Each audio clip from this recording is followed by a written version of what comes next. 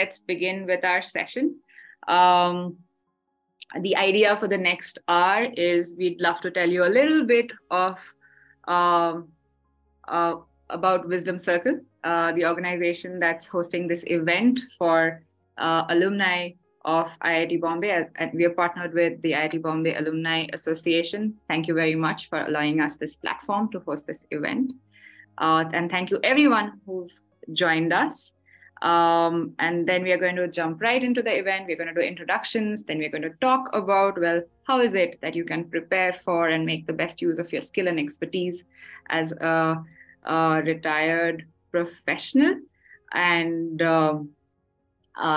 then have time for questions, if any, right? Someone just mentioned a point in the chat and wondering if this is only for IITians. Well, it's for the IIT Bombay Alumni Association members and their family members. So really, it's for everyone, right? So, it's for everybody. So without much more ado, I'm Tanishtha.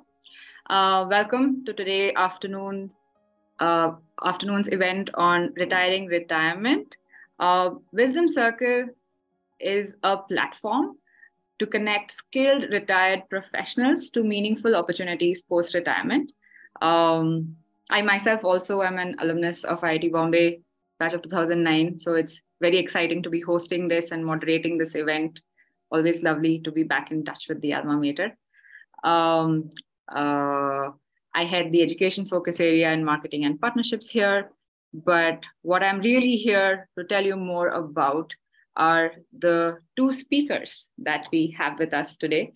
We do have a few more slides about Wisdom Circle, but we can get into that around the question and answer session later on. For now, all I'd like to share with you is that we are an online platform. Wisdomcircle.com is an online platform to connect retired professionals with meaningful work opportunities post-retirement. So I'm going to stop sharing my screen at this point. Nupur, if as I introduce our guests, if you could spotlight them so that everyone can see them, it would be lovely. So the first speaker that I'd love to introduce is Mr. Kamlesh Bhaurao Pandey, batch of 1974, IITB. His introduction, I'm going to try to do justice to his introduction. There is just way too much to share, but I'll try. He's the founder of Maitri, an organization which makes higher technical education more industry-oriented. And helps teacher conferences and related to engineering and the skills around that, try and keep it industry relevant, right? That's the focus area. He was also, he's held many positions. He was the Vice President R&D and Innovation with Thermax Limited. He was the Head of Technology and Management with Mahindra & Mahindra. He was the Chief of R&D with Forbes Marshall.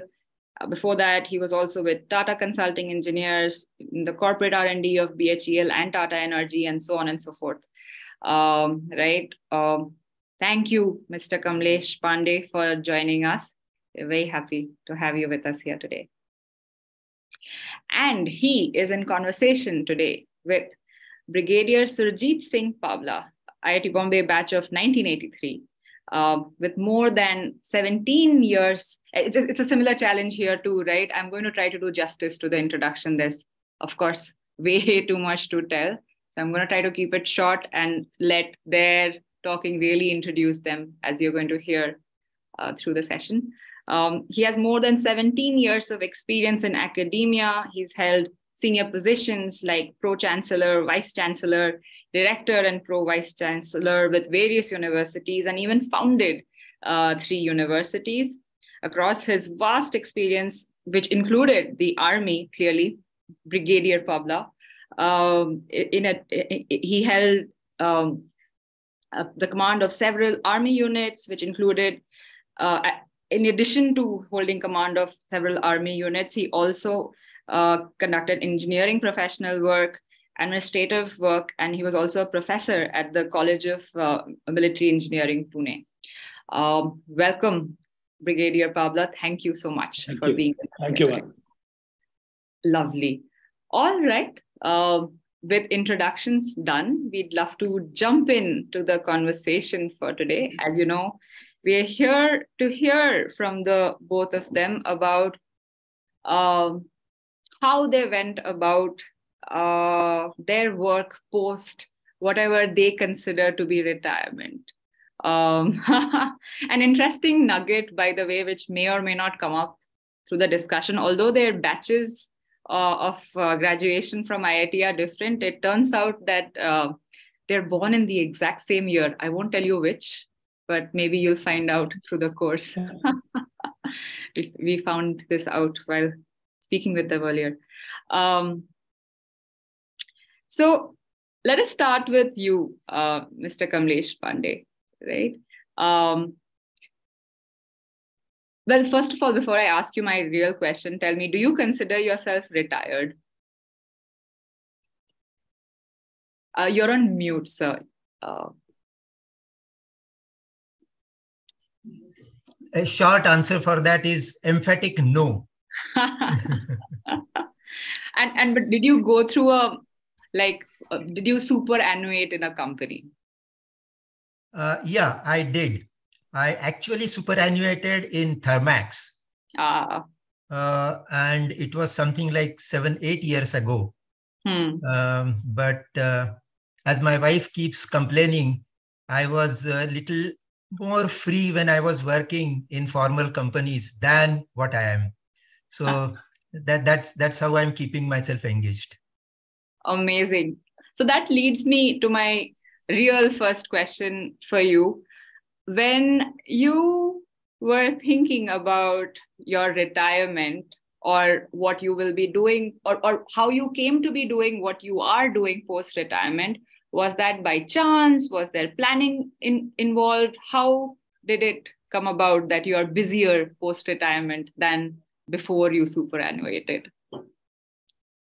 Oh, your question takes me back to something like late 90s. You know, that time I was far away from my retirement, but it so happened that I came across an article in Stanford University magazine. The title of the article was The Road to Self-Renewal. And it was written by one of the very famous professors from Stanford, John Gardner. He was a professor of public service, and he was also Secretary, Health and Education in the administration of President Johnson. The article really impressed me, and there were few takeaways which really changed the course of my life and made me think of what I'm going to do after retirement and how meaningful it should be. A couple of things that he said is that we must start thinking well ahead of our retirement, if not decades, but at least 3 years before. And he says we must think how to wind our clock again after it has completely unwound. And those words were very powerful for me. And the end of his article was even more impactful. What he said was that, look, guys, every one of us wants to be interesting, but you ought to start to be interested in what you are going to do.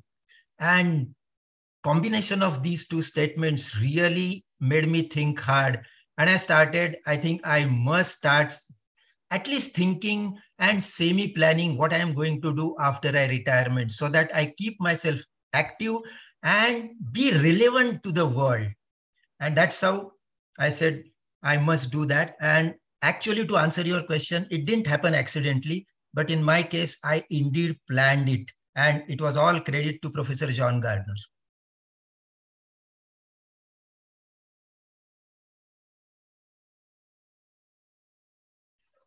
That's all.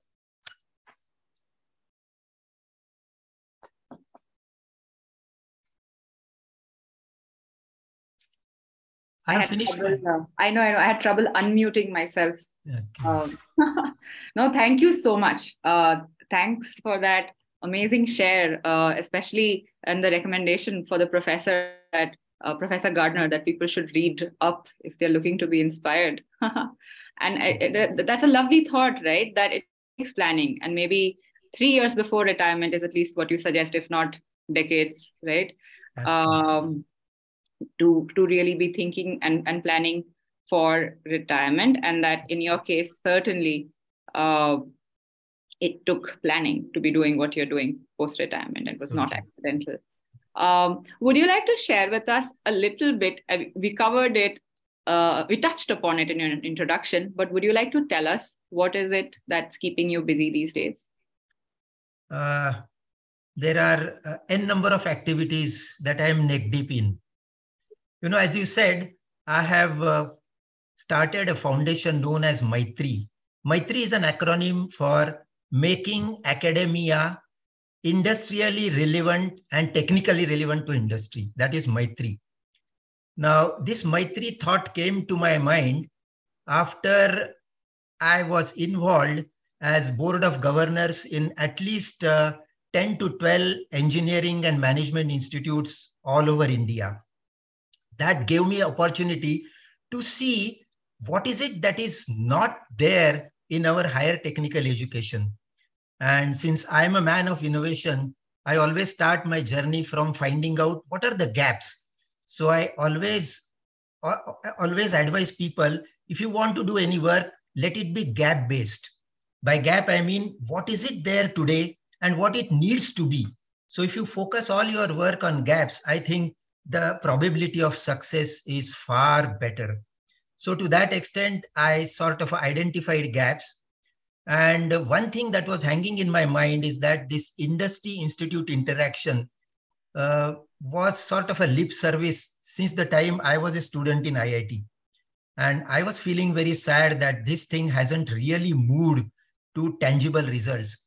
So everything put together, I said, these are some of the things which are really lacking. So let me start something on my own on a smaller scale rather than a big national scale. So I put together something like 10 of my friends and colleagues who had solid industrial experience in engineering and who also had a lot of passion in teaching and guiding students. All our intention was that we must contribute to nation building. That was the highest thought in our mind. And we chose this particular path. And when I went deeper into that, I found, unfortunately, although teachers in higher technical education is the most critical link, but I thought we ought to empower them with many, many more skills and then only expect something from them. The fashion of the day is everybody wants to blame and criticize teachers and all such things. But if we really see their life and the kind of work they are subjected to, I think we must empathize with them and we must facilitate them and empower them to do what we want. There is no point in just expecting something. So to that extent, I felt up. And in short, this group particularly has 3 pillars: students, teachers, and institutes. And I just mentioned one thing, which is a flagship activity of my foundation, which I call industry sabbaticals for engineering college teachers. All that I did was I made sure that the teachers actually gain the knowledge of what is industry, what it is not, what does it want, and what is valid in industry. So I choose some experienced, good professors in engineering and put them into some industries for something like 2-3 months of their summer training. And this has really got a very, very wide acceptance. And I'm flooded with requests every summer. But it so happened that being a small setup, I can't take up more than 25. So I just like to mention that when I was mentioning this to a company, KPIT in Pune, they caught on to this idea and they said, look, we are interested in accepting something like 15 teachers all over India for sabbatical in our company. And this last year was the first year, and I was so happy that some company realized the value of doing that. And the rest is history. So I'm not going to actually dwell more on that. Now, this is one activity. And the second activity is that I help and consult many corporates on skill building for engineers and managers, like innovation management, knowledge management, particularly product development, because that is what I find there is a big gap and lack of information and competence on that. And the third activity that I am really busy in that, international journal, which is known as Research Technology Management, published from Washington. And that's the Innovation and Research Journal. So I am board of editor member on that. And I spend at least something like 15 hours a week contributing effectively to that. So these are the main activities that I am doing. And of course, my own IIT for last 12 years, I am very, very involved in mentoring at least 2 students from IIT, BTech, MTech, and PhD. I welcome any 2 of these every year. And I'm so happy that I have been really able to make their careers and help them. So all of them, even 10 years ago, these people are in touch with me, and I'm their family member, and they share everything. And this is something which gives me tremendous satisfaction. Thank you. Thank you for sharing all of that, Mr. Pandey. I can clearly see why your wife says you're busier now than ever before. Right. And, you shared, you're doing such a wide range of things, and a common theme across all of it, if I may, is the idea of education, of mentoring, of teaching, of connecting, of trying and bridging the gaps that you see between academia and industry. Like giving back in a way. And it's so interesting because one of the focus areas we have at Wisdom Circle, as you know, Wisdom Circle is a platform to connect retired professionals with opportunities post-retirement. And one of the focus areas we have is education. So, opportunities to be a professor of practice with various universities. The IITs don't struggle to find professors, right? Absolutely. But lots of other universities can use some help. Right? Or mentoring opportunities, career counseling opportunities. I mean, so it's clearly something like you have taken your own initiative and you've done so much. And like you were saying, that you have so much more interest and ability to absorb as well, right? In your own foundation, right? And, if we could really sort of aggregate all of the supply and demand around it, wonders are possible. But just sharing that it's such a resonating theme, this idea of being involved in education. And thank you so much for everything that you shared, everything that you do. But I'm going to pause there. We have Brigadier Pabla back with us. I think Brigadier Pabla, you can hear us, yes? Yeah, I can hear you. Amazing. We can hear you too. So we were just discussing how we were just talking with Mr. Pandey about how he went about figuring out what he would do post-retirement and what is it that he is doing post-retirement. Would you like to share this? Huh? I missed part of that. But no worries. So for me, it was a little different scenario. I was working in the army. I joined as a second lieutenant, the junior most officer in 1971. Went through the 71 war. And all the time I was aware that if you go up to the rank of colonel, you retire at 52 years of age. If you retire as a brigadier, it is 54 years of age. If you are a major general, then 56, lieutenant general, 58. And 95% of the officers retire as colonel and below. So it was a known fate that you will be retiring around 52, 54 years of age. So there was a time available. So I was aware of this, and I was planning all the time. After doing my engineering at College of Military Engineering, I decided to go, let's say, not slow on my promotions, etc., but I chose a path where I may not get promoted because I had to give advanced career certificate. I went for MTech, not for something called staff college.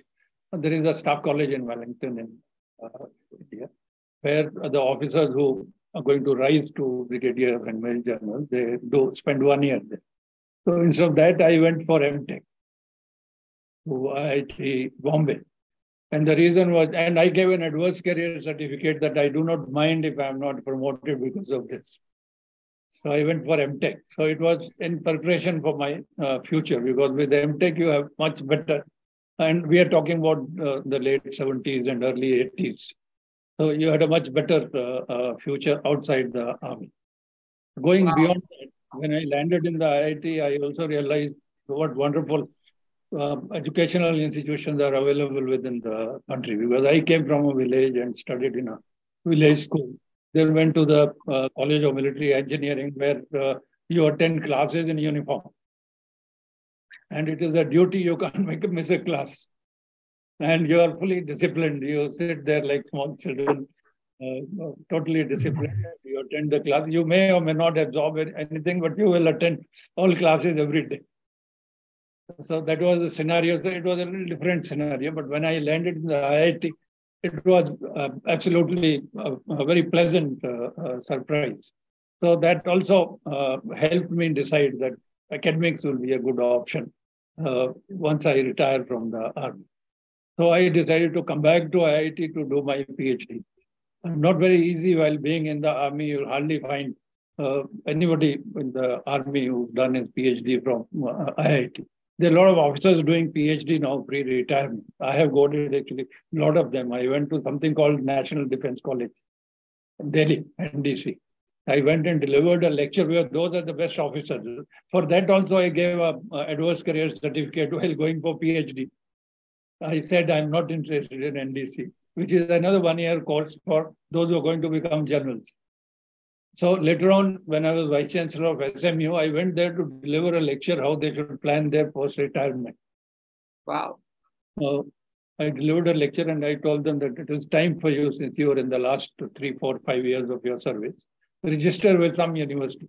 And they get MPhil. When they finish that NDC course, they get an MPhil in defense studies. So PhD is just the next step. So I quoted a lot of them to do that PhD. So coming back to my case, so my planning was there right from, let's say, when I was a captain doing my engineering at College of Military Engineering, Pune.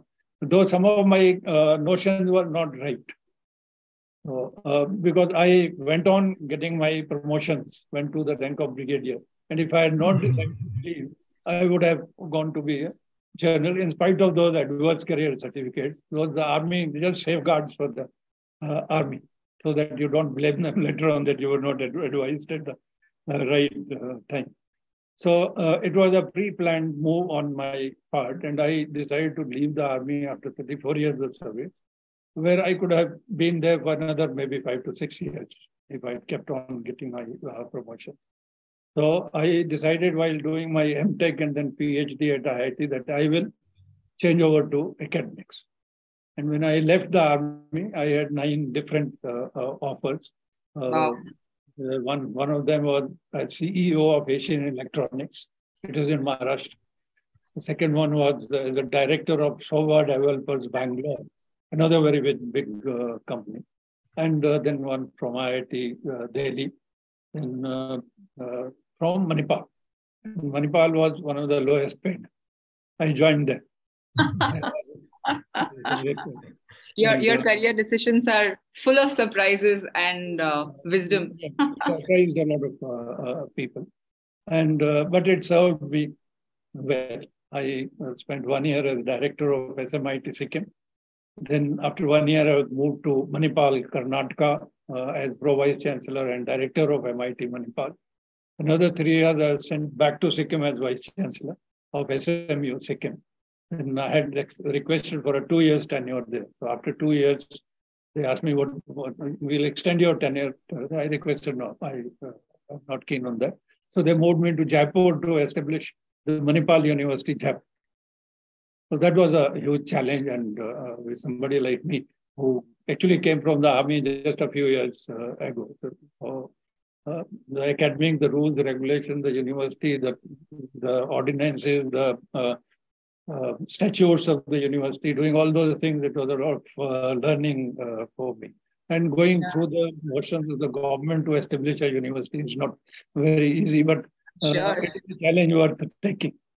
So after that, I did 2 more universities, and I did chancellor of one more university. So it's been very eventful 17 years after leaving the. I'm not even going to try and add 34 and 17, and I'm not going to ask you if you consider yourself retired and all of that. No, but I remember to Kamlesh was whether he considers himself retired. He obviously said no. And for me, actually, the word retirement does not exist. So it was superannuation or whatever better word we can use. And as you go along, you grow in your years. It is just the type of work that changes. Right. I will not be able to take the same challenges that I took during my army career or maybe initial years in education, establishing so many new universities.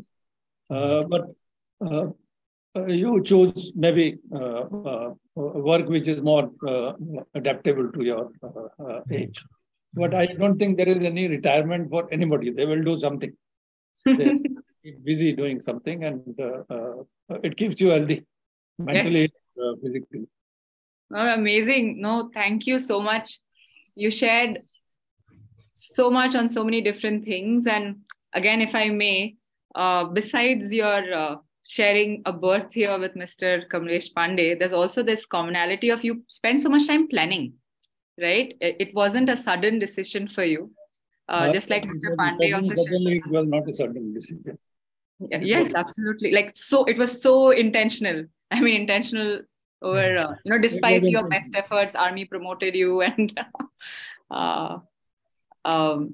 but like it was very intentional that you're shifting into education and doing all of those things. It took a lot of planning. With Kamlesh, there's much more in common. We studied in the same school in IIT Bombay. Oh yes. The same professor. Oh yes, your same guide. You had the same guide. For MTech. Then he left to US for a tenure assignment there. So I was handed over to halfway through. I went to another professor. Right. And, then I went back for my PhD. That was a much younger professor. 15 years later, I came back to IIT for PhD. That is amazing. Take that leave from the army. No, I feel so privileged that, especially I get to have this balcony seat to hearing you share all of this. I've heard this once before and I'm getting to hear it again, and I'm taking away so much. And especially because at Wisdom Circle, veterans and the defense forces is a focus area for us, right? Because like you shared, sometimes it's not so obvious to a lot of people that there is so much engineering talent within the armed forces, the army, the air force, the navy. Like all the work is not combat, right? Or just logistics and operations. We also do combat. Let's say in the Corps of Engineers in the army, every officer is an engineer. Wow. You're not an engineer when you joined, like I was not an engineer. I was sent to College of Military Engineering. If you do not complete your engineering, you're not retained in the Corps of Engineers. You are sent to maybe non-technical. Mm-hmm. So every officer in the Corps of Engineers is an engineer. Some of us do our MTech, and now quite a few of us go for a PhD. Amazing. So I'm going to give us a moment to sort of take in all that information and move on to another question. So, Mr. Pandey, as you entered, like Brigadier Pabla shared, that the exact same work you always did changes, right? You won't do the exact same thing you did at the beginning of your career towards the later years, but you do something. Could you share something about the skills that became more relevant over time, right? As you transitioned from your pre-superannuation career to your post-superannuation part of your career, or whatever you're doing now, what are some skills that you think were more useful or relevant or transferred, if you could share? Good question. When one talks about skills for retired people like us, all that happens is that we people have accumulated so much of experience and potential with us that after retirement, one good thing, so far as my opinion is concerned, is that we really don't need to develop any skill. We have already done that. And it's not worth developing new skills after we are retired. But there is so much of enrichment behind us in terms of our experience and skill building that, according to me, if somebody wants to do something post-retirement, the best thing is to have will more than skill. And if there is one slide which I would like to display, and I would like to take help of that slide and explain it to you. Could you just please project that?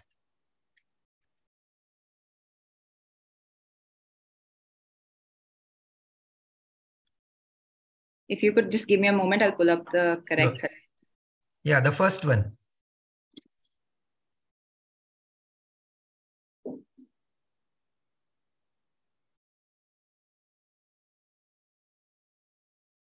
Yeah, your target. You know, all of us, like I said, are richly experienced. And all that I would like all of you to focus is what should be your focus area. So I am demonstrating this by Venn diagram. Okay, the first circle is the available pond of problems that is requiring solutions. And mind you, this is something which you can expand and expand and expand based on your skills and experience. The second circle on the right side is something that you wanted to do, but you couldn't do because you were heavily into your day-to-day commitments. And all of us have gone through this situation. And the third circle is our skill. That's what I was saying. This is more than skill. I would say that it should be the will.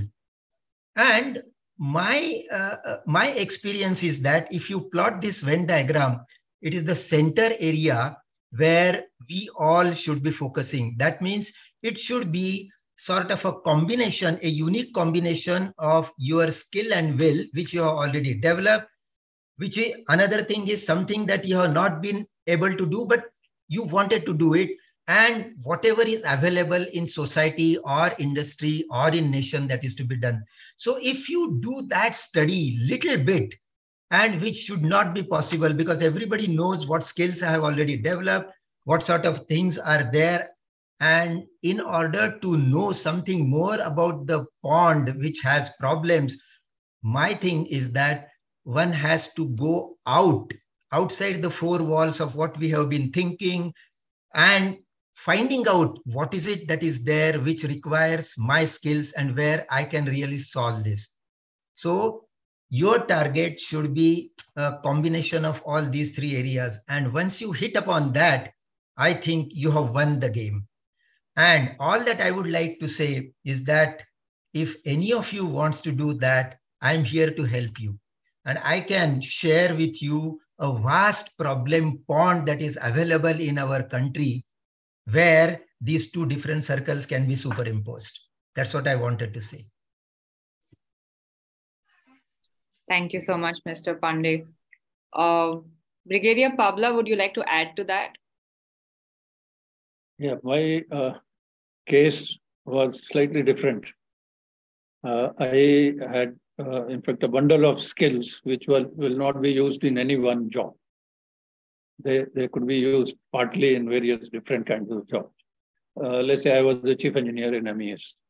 I undertook a huge number of very large multiple infrastructure projects, construction of buildings, townships, training centers, airports, roads, water supply systems. And so I did that twice, as chief engineer in J&K, and also as commander works engineers in Pune. So I had a lot of construction, let's say, project management skills. I also had air conditioning design. I was a system designer in Bombay, designed very large number of very large air conditioning systems. That is my core education. That's my MTech and PhD work. So that was another skill which was one single skill was good enough for me to land a good job. Then I was commanding army units. I've done a lot of, let's say, administration in the army. In fact, in the 1970s, when MBA programs were just being introduced by universities, we were wondering in the army, what management will they teach? Management is here in the army. Everything. You have management, you have material management, you have logistics management, everything that you can think about. So a lot of skills in management one has when you work in the army. So, and I was also a professor in the College of Military Engineering, and also a visiting professor at Punjab University, Chandigarh, with permission from the army headquarters. So I also had the teaching skill. But the intention was to go to academics. So I accepted a job in academics. So though there is some sort of tweaking required when you come from the army to the civil street. But otherwise, I had a huge bundle of skills, which, as I said, no single job can utilize those skills. I could fit into many different areas. But when I did join academics, the major difference from what I did in the army and what I was to do in the educational civil street was, but in the army, if you passed an order, it will be executed. Nobody is going to ask you whether you're right or wrong. That is not the case in civil. So in the army, you have to be very, very careful to pass your order because it involved people's lives. But so my way of passing orders was similar here also in academics. But people won't take it initially. They won't take it so seriously because they get so many orders from so many different directions. So it was quite annoying for me that the fellow has to be told twice, thrice to do a job. So it took some getting used to for me. And the second difference was, though I had done teaching at College of Military Engineering, Punjab University, but academic administration, let's say the evaluation system, we were also conducting PhD, the PhD instructions, and many UGC, AICT rules, regulations, medical council, because I had a medical college also there. So there's so many rules to learn. So I found that the professors who were working under me had much more knowledge in those areas than I did, in spite of my huge bundle of skills. So I had to learn it from them. And I let them know this, that they know much more than I do in that area, and I'm going to learn from them and then do my job. So they were happy, and it helped me to do that job. There were some few irritants which probably are better left out. I'm sure there are lots and lots of challenges that one encounters as one shifts gear, especially a gear of moving from the defense forces to the civilian world comes with, not just the skills, but a unique set of challenges as you described, right? And it's so much more. I just have an eye on the time, and it looks like the chat is exploding with questions that people have for each of you. We did have 2 more pre-prepared questions for you, but in the interest of, then the questions were around the challenges and advice you have. But rather than, you just sharing what advice you had in mind, perhaps we open up for questions. And so, Sure. In that way, it'll be more relevant. And I believe, Brigadier Pavla, there are a few people from your unit here. Okay. Some people have responded. I'll have to scroll back to see their names, but there are people who worked with you in the audience. So they're keen to connect. We'll figure that out later. Okay. But please do that. Give them my contacts freely. Sure. Cool. All right. So we're going to move into, since so many of you are keen to ask questions, we'll move into the Q&A section of this. The way we will do that is, why don't you, some of you have already sent questions in via chat. Why don't you type in your questions and we'll do our best. We have someone moderating our chat. Nupur, my colleague, is over here. We will pick and then address please also mention whether your question is addressed to both the speakers or to one of them specifically. Please mention by name. We'll give you a moment. Please type in your questions and we'll do our best to answer as many as we can. We have 15 minutes. Perhaps we can take 7-8 questions. If you'd like to unmute and ask, that's okay too. But because we have close to 100 people, I think it'll be better if you send in your questions over chat. And once you select a question, we could ask you to ask it yourself. So if you could, if the audience could please share your questions on chat, and please mention whether it's addressed to Mr. Pandey or Brigadier Pabla or to both.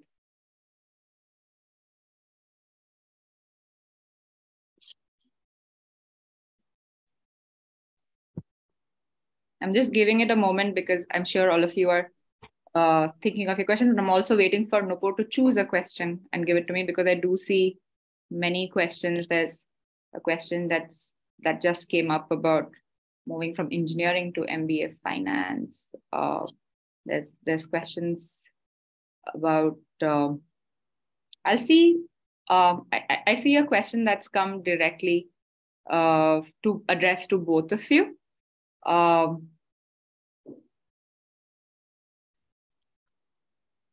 So the question is, and it's addressed, okay, there are many coming in. Okay, I'll start with, I'm going to close the chat now because I'm going to get confused if I look at all of them all at once. Nupur, you have to keep bringing to my attention once you choose it, right? I'm going to start with the one that caught my eye right now. I think Brigadier Pabla, you started answering this a little bit, but the question is around, it must be so culturally challenging to move from industry to academia, and in your case, Brigadier Pabla, from the armed forces to the civilian world, and within the civilian world, so many different things. So how does one adapt to it, this cultural shift? In any order, it's addressed to both of you.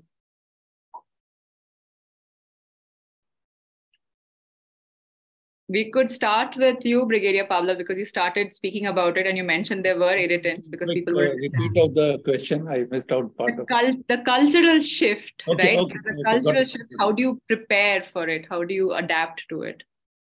Yeah, there was a huge cultural shift. I spoke about that little, because the army is a very different culture, very disciplined. Not that academics is not disciplined, but the kind of discipline is very different. So you've got to really come down from that mold.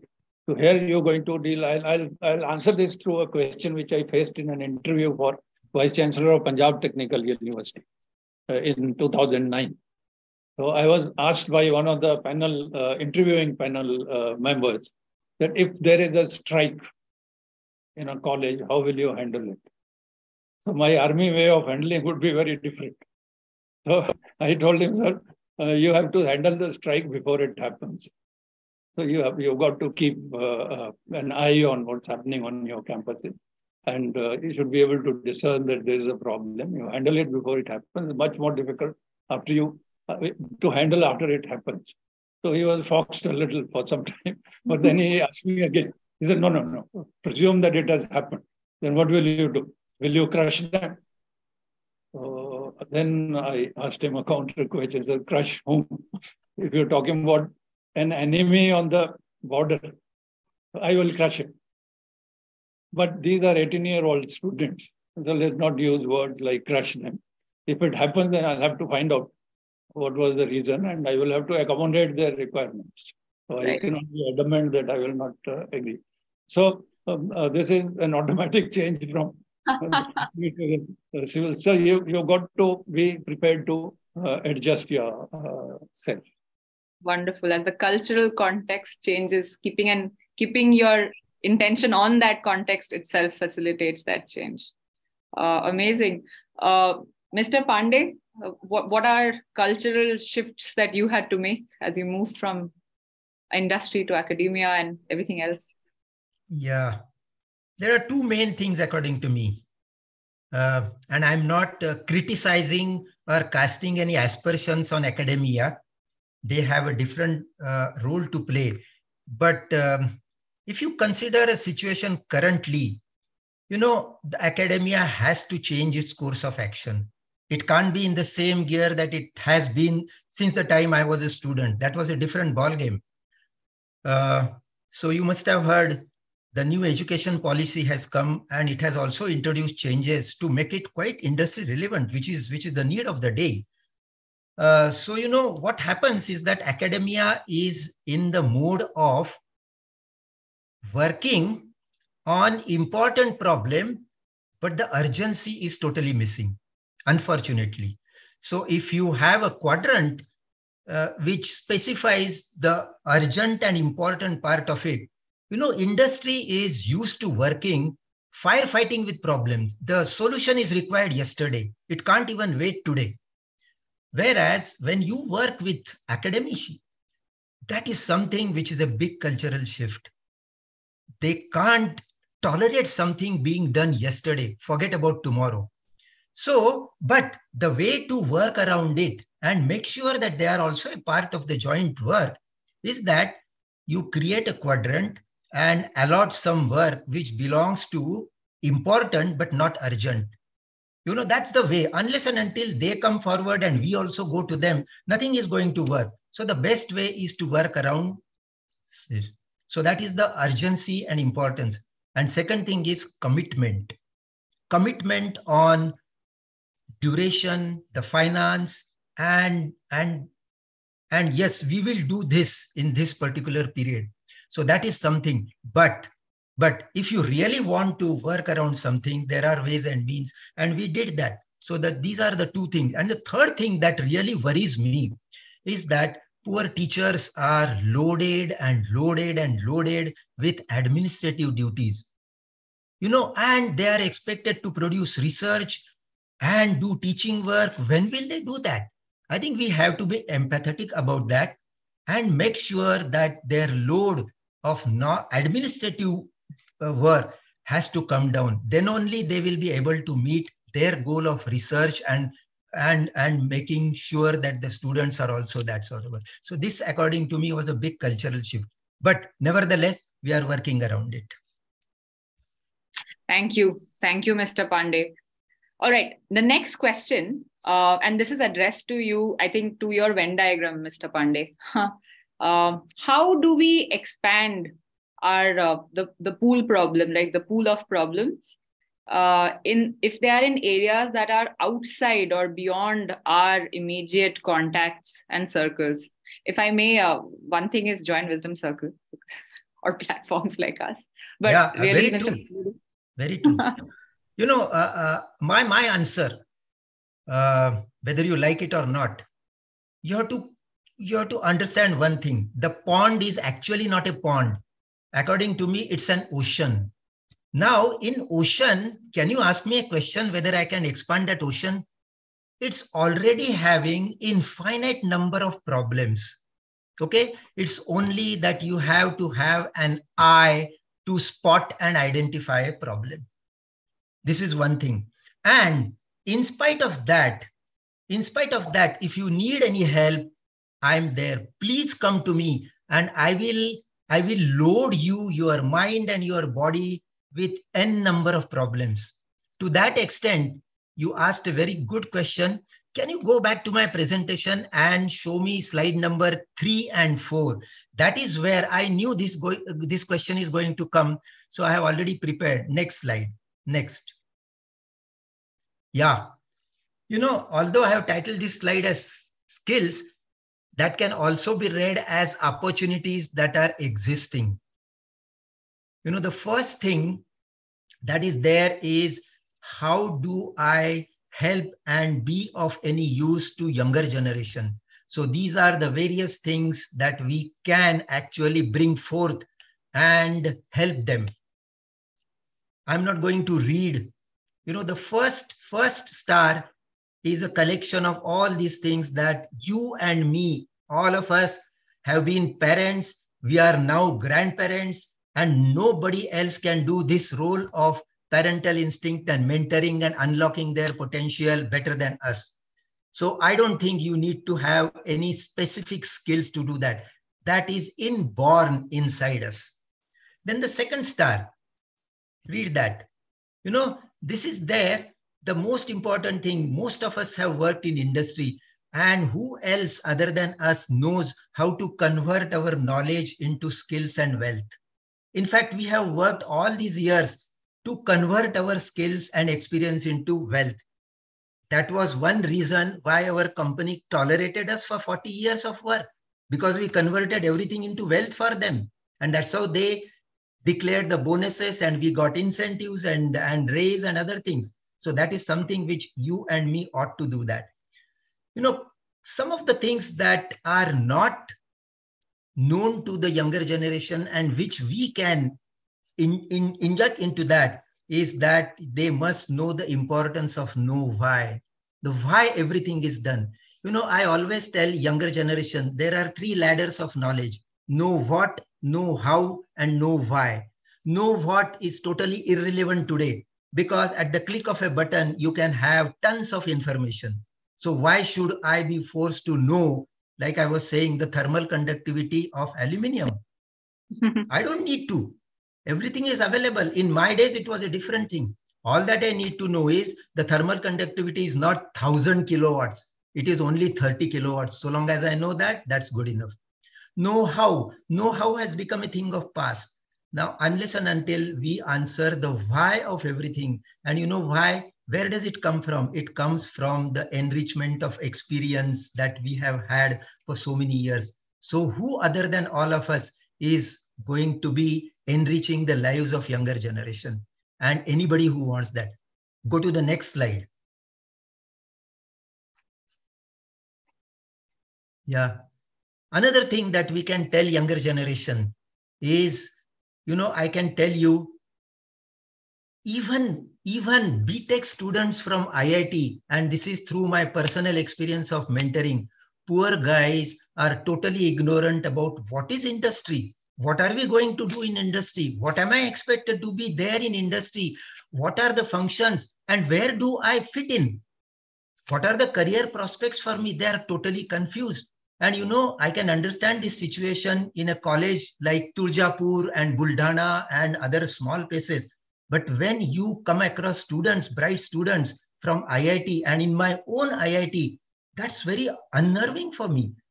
So who else can do that? And we have 40, 30, 50 years of experience. All that is there is you invoke that experience and apply that and help them. Now, the last thing is something which I can say that it is the technical skill that all of us put together have developed. And I'm sure any one of you who is listening to me has more than half a dozen skills already built into his mind. So what else do you want more? And these are the problems which are burning problems in many industries. And not only that, but I am coming from big corporate houses.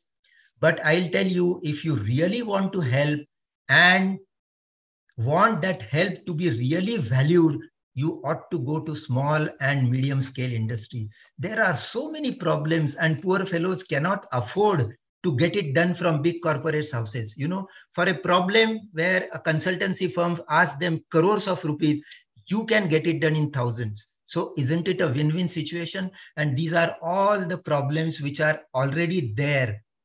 So other than that, if somebody wants additional problem, which is fitting into the Venn diagram that I displayed, I will be very happy, more than happy to individually sit with those people, come to some industries, introduce them and start working. So I urge all of you not to wait for this skill and will thing, because according to me, many people may not like. Can you go to slide number 2? Next to Venn diagram. Yeah.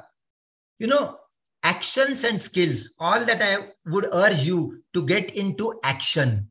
That's why I say, remember the Nike slogan, just do it. Don't worry for where is the problem, what pond is there and all such things. I think you must have a will. If you don't have a will, have Kamlesh Pandey with you and he will deliver a will. Okay. So when you talk about skill and all, I think this is a chicken and egg story.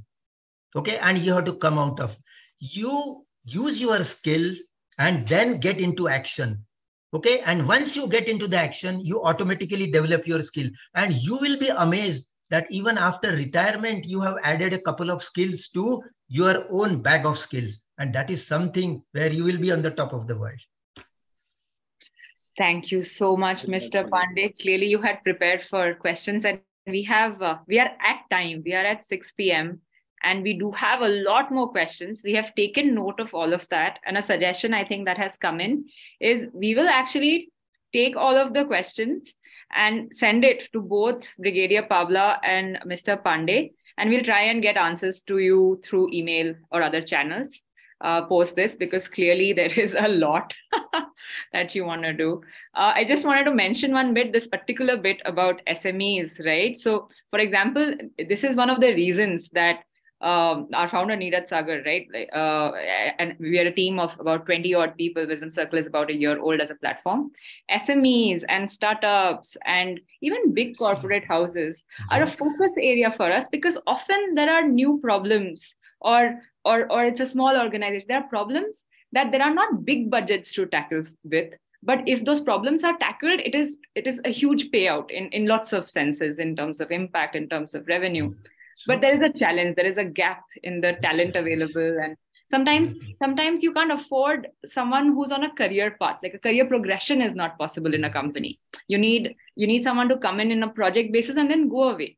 So there are so many reasons why, people who may or may not consider themselves retired, but are beyond at least 50 and have this wealth of experience. There are so many ways to contribute.